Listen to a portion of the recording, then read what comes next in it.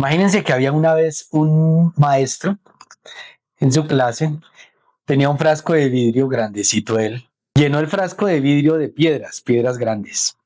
Llenó el frasco, quedó completamente lleno de piedras. Le preguntó a los estudiantes, ¿el frasco está lleno? Todos, claro, ya está lleno. Después cogió gravilla, que era como piedritas, pero muchísimo más pequeñita, y entonces la vertió sobre el frasquito y pues la gravilla se fue acomodando en los espacios que el frasquito aún pues tenía porque las piedras no coincidían perfectamente, entonces quedaban algunos espacios. Y entonces entró gravilla, es decir, no estaba lleno todavía. Le preguntó nuevamente a los estudiantes, ¿está lleno ahora sí el frasco? Los estudiantes dijeron y se quedaron callados. ¿Qué hizo él? Vertió arena. Claro, la arena es muchísimo más menudito, el granito, entonces efectivamente, aun cuando había piedra y gravilla, la arenita encontró pequeños espacios para acomodarse y entró arena. Y entonces pregunto, ¿ahora sí creen que ya está lleno? Entonces nuevamente dijeron, sí, ahora sí, ya está lleno. Sin embargo, tomó y vertió agua. Y el agua, por supuesto, que entró. Y el agua se acomodó. Y entonces ahí al final sí podemos decir que el frasquito, dijo el maestro, está lleno. Resulta que, ¿qué sucede si el maestro primero llena el frasquito, por ejemplo, de arena y gravilla? Entonces el mensaje aquí es que a veces vertemos cosas sobre nuestras vidas que son relativamente insignificantes y dejamos al final las realmente importantes y para ellas ya no queda espacio. En este caso, ¿qué hizo el maestro? Las piedras representarían las cosas importantes de la vida, que es lo primero que echamos. Y a medida que en nuestra vida nos va quedando espacio, lo vamos llenando de asuntos y de cosas de relativa menor importancia. Ese es el mensaje. Es precisamente la introducción que quiero hacer al podcast de hoy. Les doy la bienvenida, soy Rafael Becerra Santamaría. Les doy la bienvenida a mi podcast del ser al territorio, transformar personas para transformar territorios. Este capítulo de hoy he querido denominarlo Educar al ser, raíz del territorio vivo. ¿Por qué? Porque en este caso la educación son esas piedras. La educación es algo fundamental. La educación es quizá de los elementos más importantes en la vida del ser humano. Yo considero que una persona educada automáticamente no sale de la pobreza, pero una persona sin educación, seamos sinceros, es una persona que llevará un sello de por vida que dirá pobre para siempre. La educación nos genera al menos expectativas. La generación por lo menos nos permite espacio para la incertidumbre. Nos pasa de una realidad newtoniana a una realidad einsteiniana.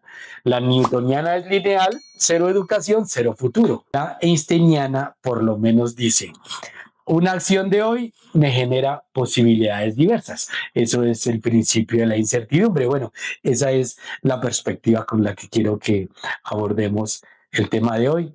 Entonces, bienvenidos y vamos a comenzar por un tema que siempre abordo la educación a partir de lo que este concepto ha significado para la humanidad.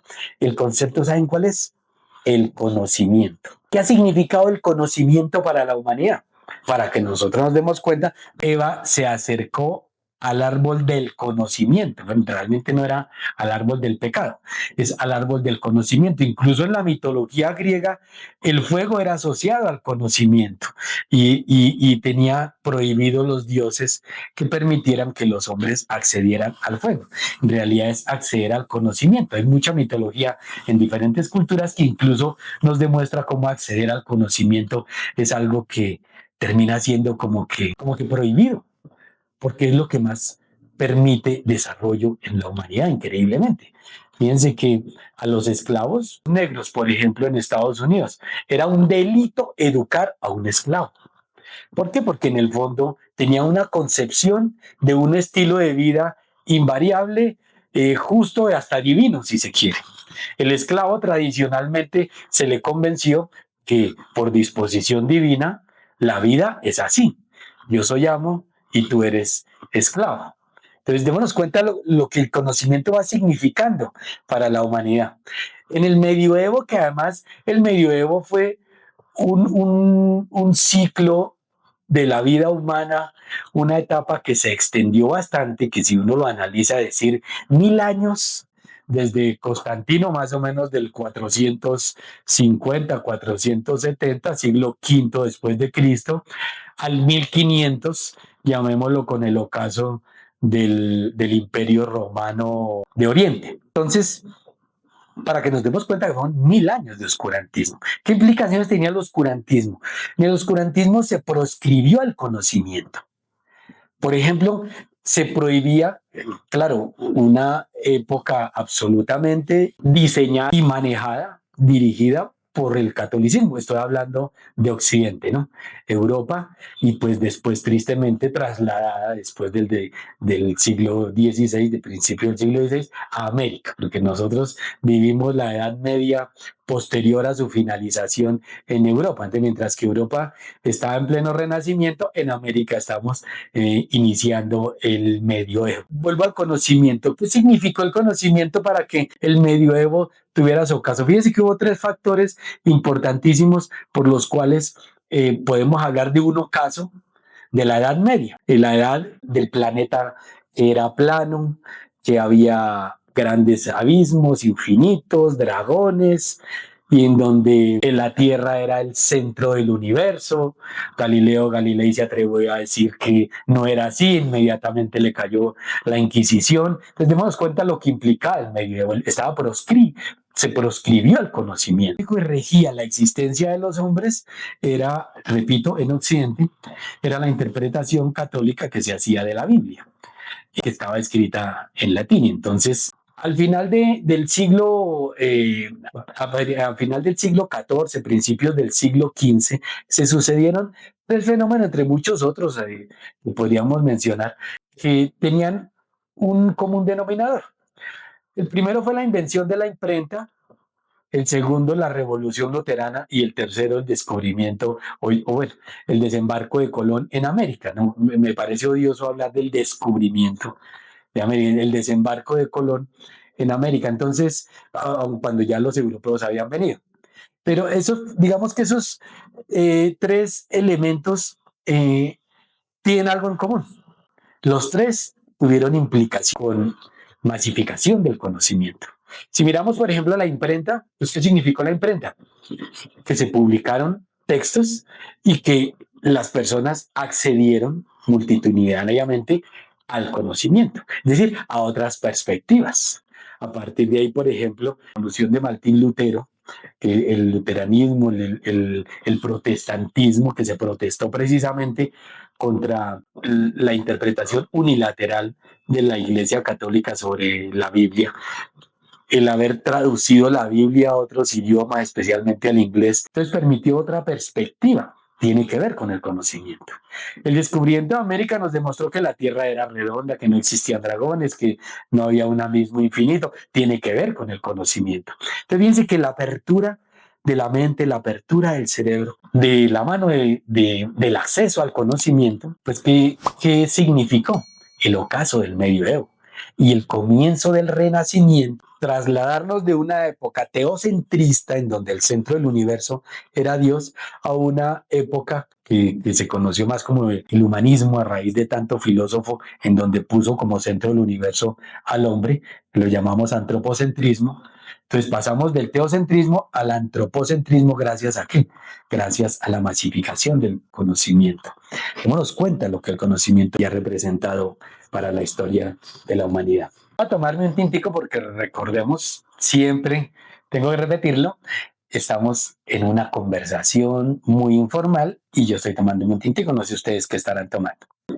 Entonces, estaba hablándoles del conocimiento al concepto que hoy es la esencia de mi capítulo, que es la educación. Fíjense, a través de la educación se nos imparte conocimiento. Es importante, quiero arrancar de una frase que me parece que es muy clave, sobre todo en sistemas educativos como los latinoamericanos, de manera particular en mi país como Colombia, que tienen un problema grande. Entonces yo quiero decir que educar no es llenar un balde, educar es encender fuego. ¿Sí ven? El fuego transforma. La educación se hace para transformar.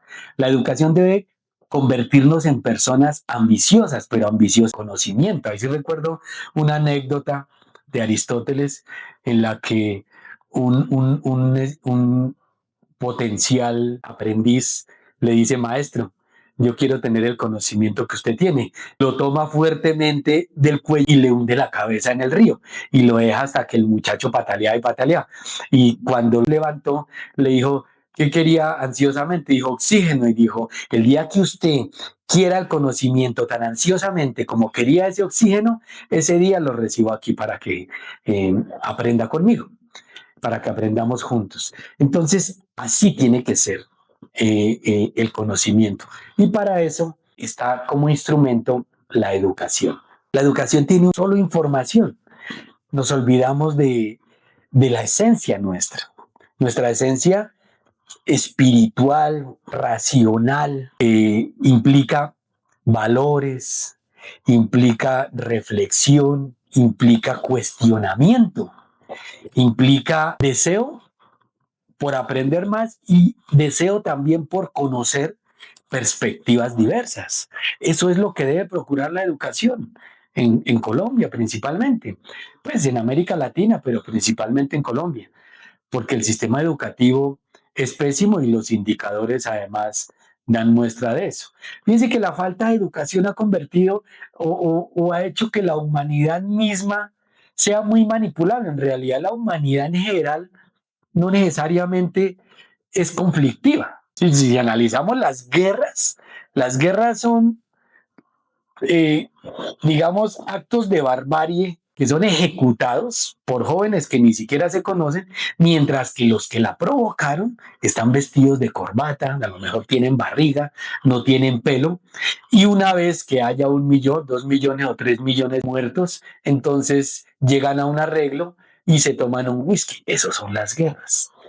Entonces, fíjense que, y nos hemos agarrado a través de la historia de la humanidad por las cosas más ridículas. Algún día, en unos siglos, verán las causas de muchas guerras y se reirán los de nuestra propia especie, de nosotros mismos. Nosotros hemos aportado a nuestro planeta millones y millones de seres humanos asesinados, torturados, desaparecidos, por ejemplo, por conceptos. Entonces, la educación tiene una gama amplísima de oferta y de la cual nosotros deberíamos absorber de todo. Pues no alcanzaremos a absorber todo, pero de todo un poco. Tiene elementos que son sustanciales e importantísimos para la existencia humana y para la convivencia. Entonces, más referido y a dos elementos, porque si hablara de la educación y todo lo que ella abarca, entonces pues me llevaría demasiado tiempo. Va a hablar únicamente, por ejemplo, de la educación en política. ¿Saben por qué tomo la política? Porque digamos, la política como el deporte es algo que está en todo y que resulta que graciosamente en la política como el deporte todos somos expertos, ¿no es cierto? Entonces todos hablamos de política como por ejemplo todos hablamos a lo mejor de fútbol y todos hablamos desde la concepción de que yo sé de eso.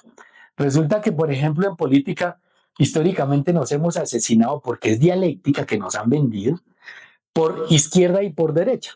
Si nosotros nos educamos, vamos y miramos, solo son meros conceptos. Efectivamente, la humanidad se divide, a mi modo de ver también, en eso hay que ser muy sinceros, desde mi perspectiva, solo hay dos ramas.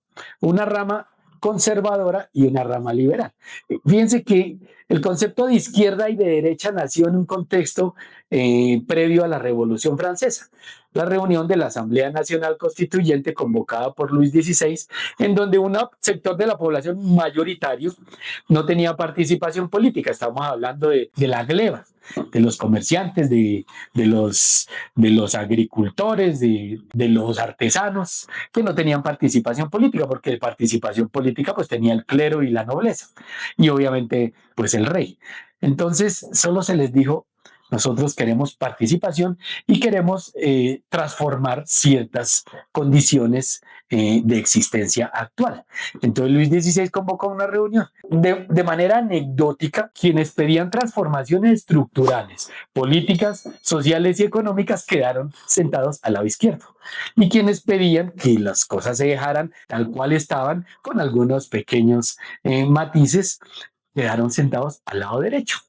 Los del lado izquierdo, pues de ahí nació, podríamos decir, el liberalismo progresista, los llamaron progresistas, y los de la derecha, pues quedaron con una denominación más de conservadores. Liberales como por una apertura, conservadores porque dejemos las cosas tal cual están. Básicamente esa es la diferencia. Pero terminamos diciendo, por ejemplo, se vendió mucho en Occidente, por decir algo, la izquierda de Satanás o la derecha de Satanás, y empezamos a matarnos por esos dos conceptos, cuando ni siquiera mirábamos el fondo. Vamos al fondo, qué es lo que propone cada uno, nada más ahí. Entonces eso es hablando la falta de educación y de lectura, ni siquiera sabemos el origen del concepto y lo utilizamos, digamos, de ahí vienen conceptos también que han permitido o han dado origen a demasiadas muertes de manera injusta, como por decir comunismo, capitalismo, marxismo. Fíjense que todos son conceptos, a veces cogemos conceptos por la falta de educación como comunismo, marxismo, socialismo, como si fueran sinónimos. Resulta que son conceptos muy diferentes. Fíjense que lo importante que es educarnos, en este caso, en algo que socialmente es demasiado influyente, como es la política. Otro, como por no alargar el asunto, porque da para mucho, por ejemplo, la religión. Terminamos matándonos entre cristianos y musulmanes, y si analizamos de dónde provienen los cristianos y los musulmanes, de la misma rama, de Abraham. Pues Abraham tuvo dos hijos, a Isaac y a Ismael, ahora sí me acordé, y de uno descendió hasta llegar a Cristo el cristianismo, e Ismael hasta Mahoma, y ahí nació los musulmanes, pero vienen del mismo tronco, fíjense ustedes, son ramas, y sin embargo, estamos matándonos entre cristianos y musulmanes si miramos la historia. Entonces, fíjense lo interesante que es este podcast del ser al territorio. No quiero extenderme más. Yo les agradezco. Como lo he venido haciendo, quiero terminar con una lectura. Este se me extendió un poquito, pero ha sido muy interesante. Quiero terminar con una lectura como lo hago siempre, que se llama El jardín que llevamos puesto. A veces pensamos que el territorio es ese mapa que cuelgan las oficinas o la tierra que pisamos cuando salimos a caminar. Hablamos de desarrollar el territorio como si se tratara de poner más cemento, traer más cables o mover más tierra. Pero se han fijado que hay lugares que tienen edificios modernísimos y sin embargo se sienten vacíos, fríos, casi muertos. Eso pasa porque nos olvidamos de una verdad del tamaño de una montaña. El territorio no es lo que está afuera. El territorio es lo que somos adentro. Imagina por un momento que tú eres como una parcela de tierra. Si en tu interior solo hay afán, si tus pensamientos son como maleza que no dejas de regar, si tu corazón está seco de sensibilidad, ¿qué tipo de frutos crees que vas a sembrar allá afuera, en tu pueblo o en tu ciudad? No se puede dar lo que no se tiene cultivado. El desarrollo interior no es algo místico o alejado de la realidad. Es el camino más práctico que existe. Es aprender a habitarse. Es como cuando uno organiza la casa antes de recibir visitas. Uno limpia las ventanas del alma para ver mejor al vecino, barre los prejuicios para que quepa la opinión del otro y abona la paciencia para entender que los procesos de la tierra no van al ritmo de nuestro reloj digital. Cuando una persona empieza a trabajar en su ser, a ser más consciente, más ética, más humana, algo mágico sucede en el mapa. De repente, no ve un río como metros cúbicos de agua para el negocio, sino como la sangre de su propia región. Ya no ve el joven de la esquina como un problema, sino como una semilla que necesita buen suelo. Un territorio vivo no es el que más produce, es el que más siente. Y para que el territorio sienta, nosotros tenemos que despertar. El camino es hacia adentro, porque solo cuando estamos bien plantados en nuestra propia esencia, somos capaces de transformar el paisaje que nos rodea. Así que la próxima vez que quieras cambiar el mundo, dale una miradita a tu jardín interior. Si ese jardín florece, te aseguro que el territorio empezará a cantar. Por favor, den muchos likes, compartan, suscríbanse y nos vemos en el próximo capítulo.